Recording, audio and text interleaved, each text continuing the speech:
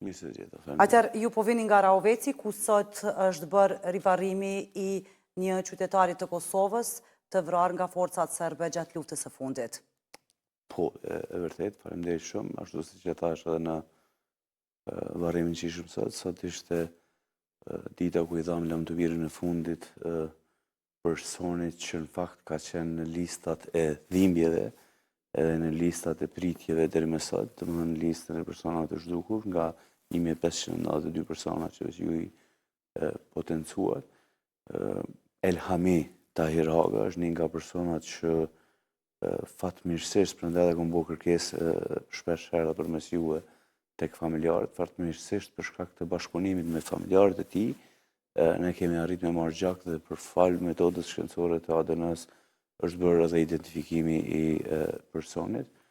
Kjo besoj që tregon që për këto familje veçanti, po mendoj që për gjithë qytetarët e Republikës Kosovës, dhimbja ndaj një pjesë shumë të rëndë që ne kemi përjetuar gjatë vitit 98-99 po vazhdon ende edhe sot. Realisht dita kombëtare e personave të zhdukur të pagjetur shënohet më 27 prill, që kësaj here rastisë të jetë e diel, vikend dhe gjitha aktivitetet sot e pam edhe në një kronik paraprake, mirë po edhe të dielin do të organizohen aktivitetet të ndryshme në nderim dhe në përkujtim edhe të 1592 personave të cilët ende nuk dihet për fatin e tyre. Po, fatikisht 27 prill është data që Kuvendi i Kosovës me vendim të saj e ka miratu dhe është dita kombëtare, kështu e quajmë, e personave të zhdukur, zakonisht në bashkëpunim me Këshillin Koordinues të Shoqatave të Personave të Zhdukur, këtë rast Qeveria e Kosovës përmes Komisionit Qytetar të Personave të Zhdukur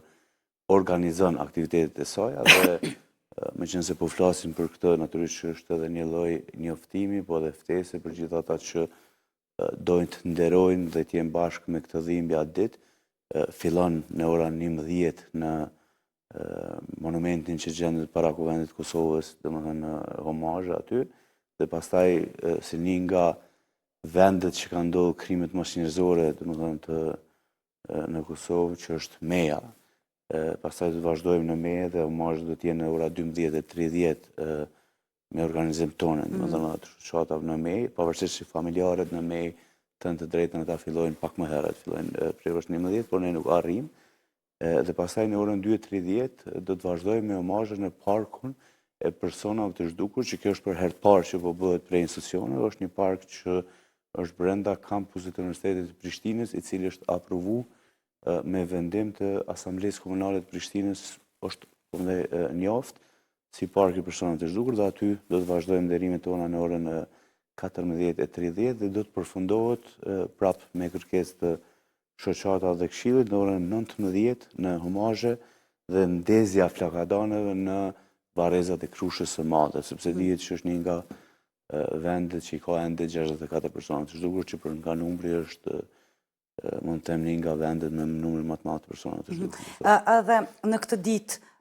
ku e gjen kjo ditë kombëtare, ku e gjen Kosovën në raport me personat e zhdukur që nga lufta e fundit në Kosovë? E dim që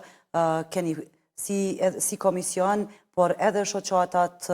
e këtyre familjeve kanë vështirësi, por 26 vjet pas, ku e gjen Kosovën? Duke marrë parasysh edhe numrin e madh të qytetarëve që ende figurojnë të zhdukur. Në një popull që bart me vete dhimbjen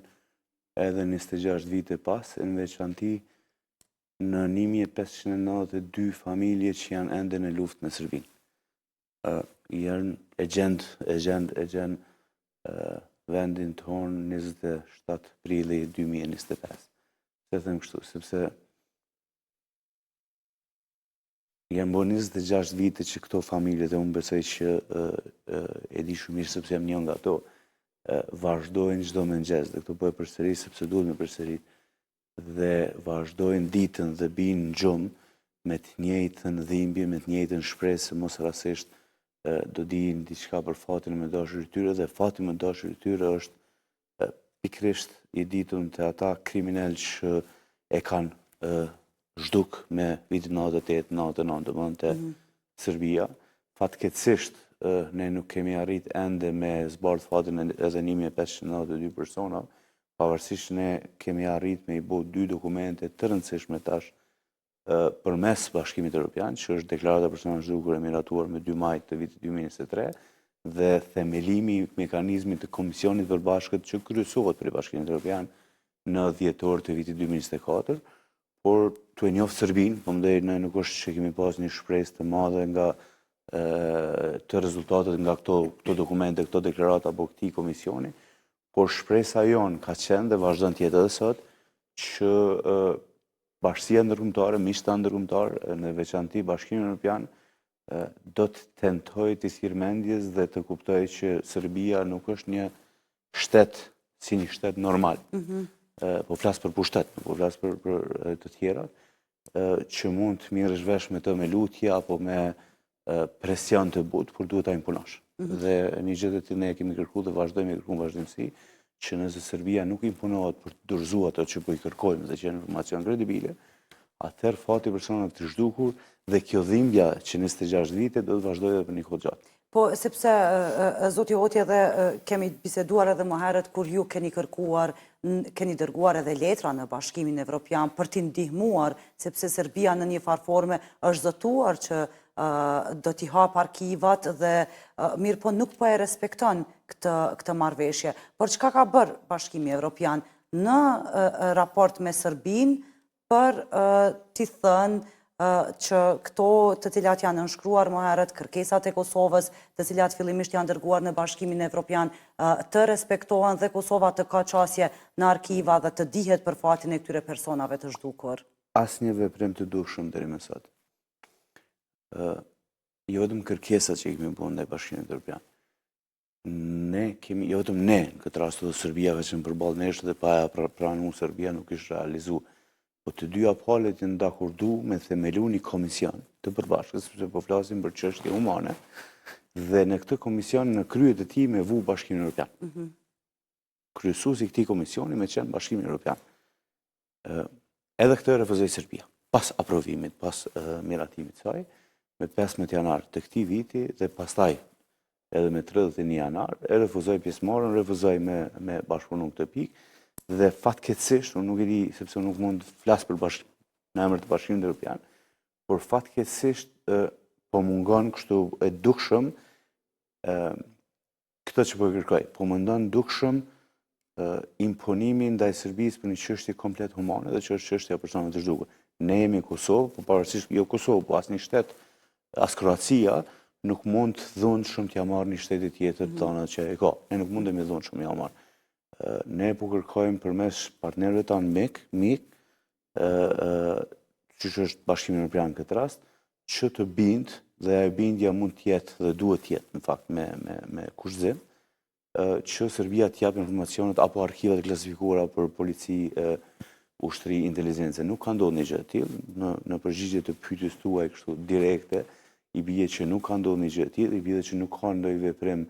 të dukshëm nga ana e Bashkimit Evropian, pavarësisht tendencave të takimeve, pavarësisht që ne kemi pas, unë kam pas fakt edhe një takim me zotin Sørensen sa ka qenë në Kosovë, dhe tash e di që është afër me u mbajtur një takim i radhës të kuadrit të Komisionit përbashkët mes Kosovës dhe Serbisë, por që ende nuk është realizuar një gjë e tillë, por deri më sot nuk ka veprim që Serbia mundohet me zbatu deklaratën apo Komisionin përbashkët, përkundrazi ajo që ka ndodhur këtë ditë, po mendoj këto muajt e fundit, është ka ndërprerje të aktivitete dhe të takimeve të nëngrupeve. Nëngrupet e përbëjnë ekspertët, mjeku ligjor, dhe ekspertët tjerë që bëjnë analiza të terreneve, të dokumenteve, çka do të qoftë tjetër, edhe këtë e ka nolë Serbia. Kjo ka ndodhur më 30 janar të këtij viti, kur Serbia ka thonë ne nuk pranojmë më takumi me Kosovën në raport me nëngrupet që kemi, në kuadër të nëngrupeve që kemi pas. Dhe deri sot nuk ka ndonjë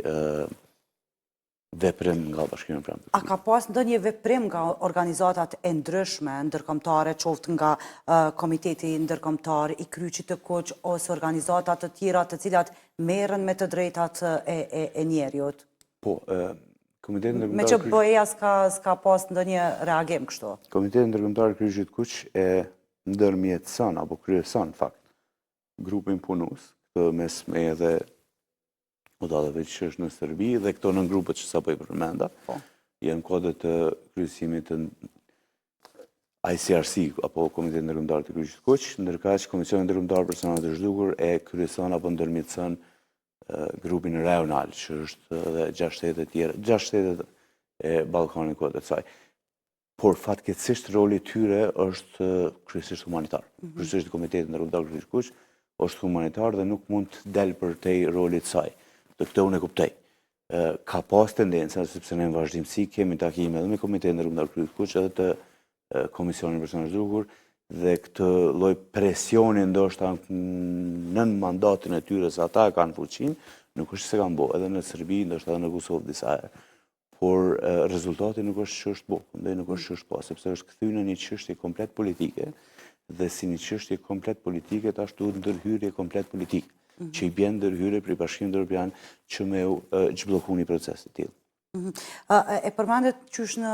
hyrje të kësaj bisede, e përmendëm rivarimin e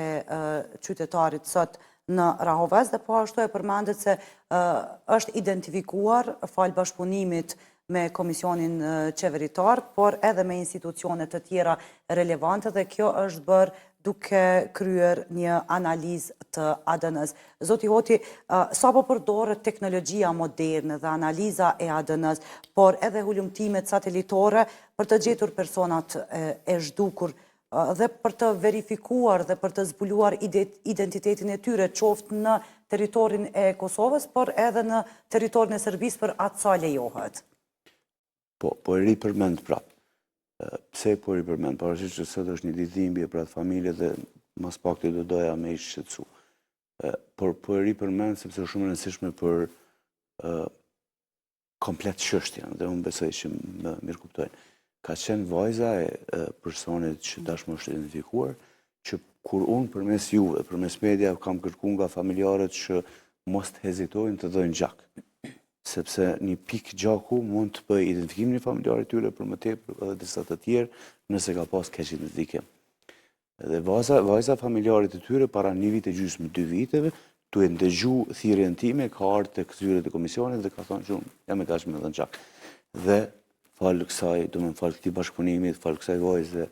dhe natyrisht edhe familjarëve të tjerë, është arritur me identifikuar ky person. Prej vitit 2003 deri më sot, para vitit 2003 jo, dhe është shumë e rëndësishme sepse mbi 4000 diçka persona janë identifikuar para vitit 2003. Po prej vitit 2003 deri më sot,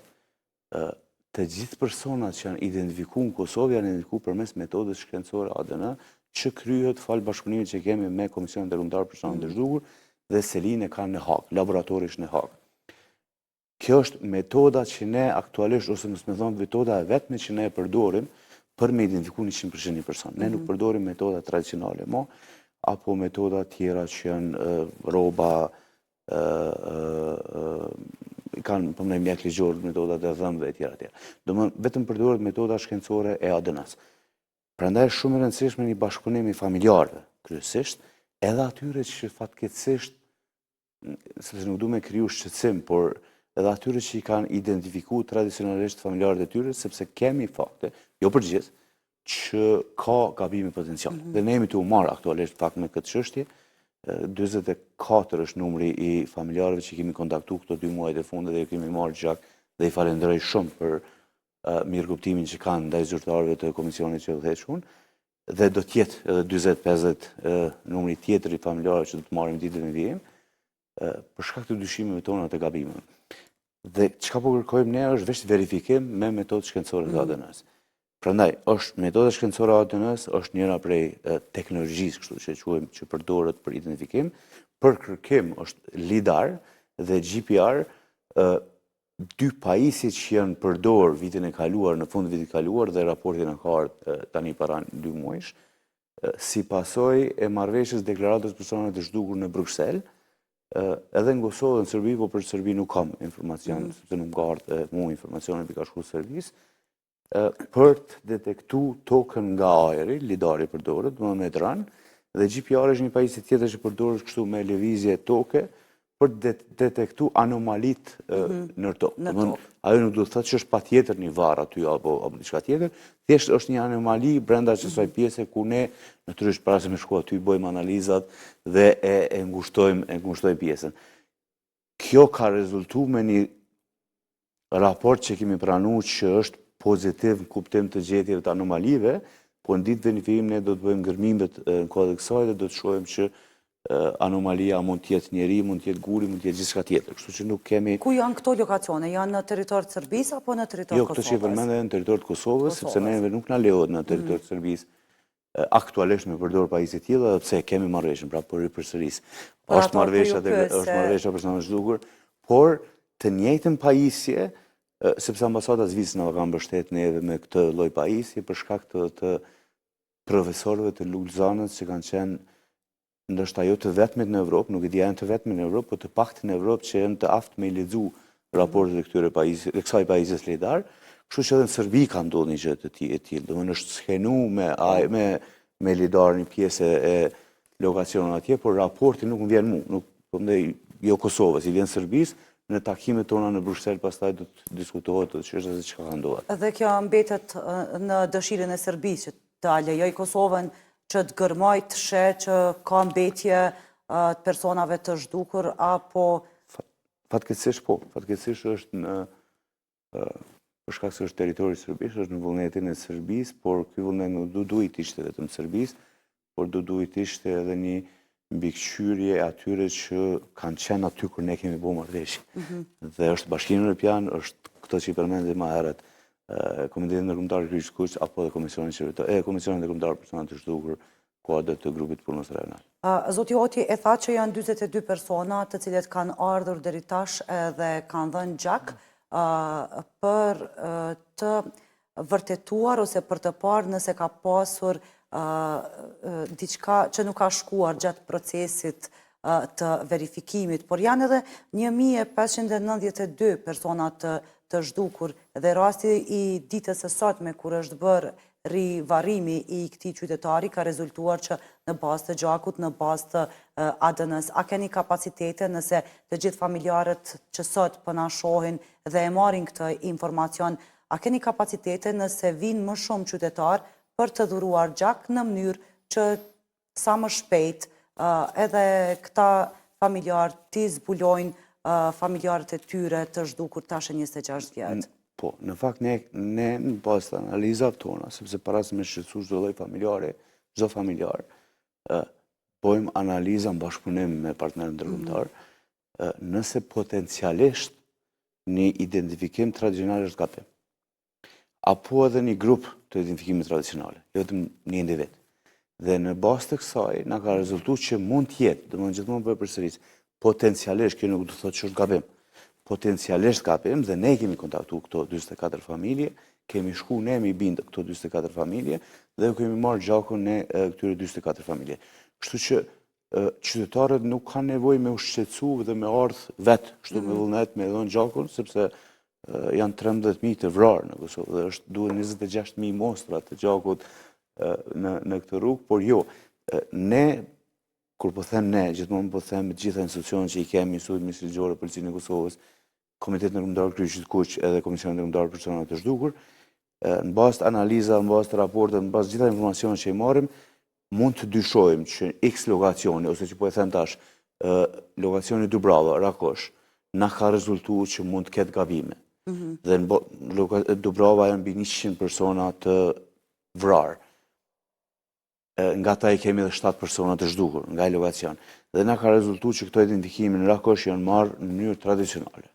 Na ka rezultuar që mund të ketë gabime dhe këto rezultate na kanë ardhur, këto rezultime, po them kështu, na kanë ardhur kryesisht prej disa raporte analitike që kemi pranuar prej Komitetit Ndërkombëtar të Kryqëzit të Kuq, i cili ka marrë arkiva nga shumë vende ndryshme të Bashkimit Evropian, të BE-s që kanë punuar në Kosovë në vitin 2009-2001, edhe nga Tribunali i Hagës. Edhe është përpilu analiza, raporti analitik, dhe ka rezultuar që potencialisht mund të ketë, jo gjithë, natyrisht,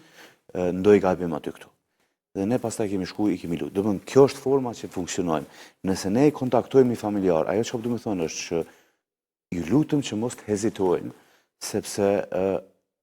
natyrisht që para që do të verifikohen njerë gjithmonë fal një shkence që ekziston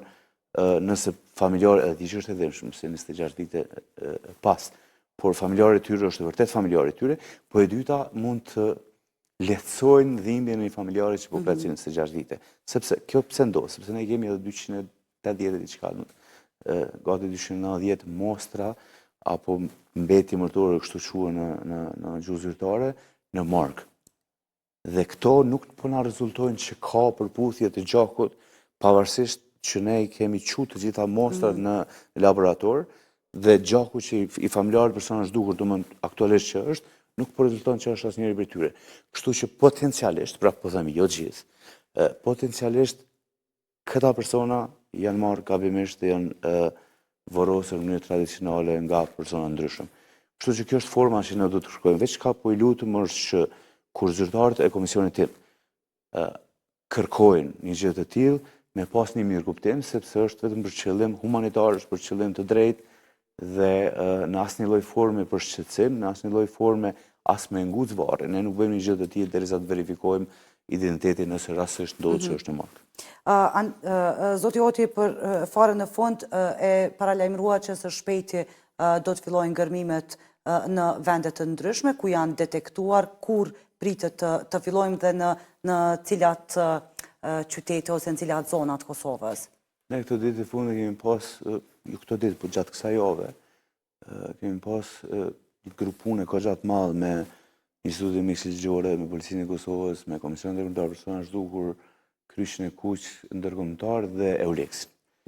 Gjatë këtyre ditëve janë diskutuar të gjitha këto gjetje që na kanë ndodhur, rezultate pozitive për vlerësim për gërmim, dhe është në hartim e sipër një agjende gërmimeve tash e tutje. Ajo që ka qenë deri më tash, ka qenë dhe është realizuar njëra në Podojev, tjetra është në realizim e sipër në Draudan, tjetra është në realizim e sipër në Istok, por këto tjerat pastaj janë si rezultate raportit që na kanë ardhur, nuk është që kemi bo sot ende datat e caktuara, por mund të them që do duhej të përfundoj para korrikut të këtij viti, për shkak të një marrëveshje që e kemi që të përfundoj sa më shpejt, në mënyrë që të vazhdojmë, nëse ka rezultate, të vazhdojmë përdorim lidaren dhe GPR-in edhe në të ardhmen. Kështu që unë besoj që para korrikut raporti që na ka ardhur për lidar dhe GPR do të përfundoj me gërmimin. Zoti Oti, faleminderit që keni qenë pjesë e magazinës Info Plus. Për mua është të përgjithë, faleminderit ju.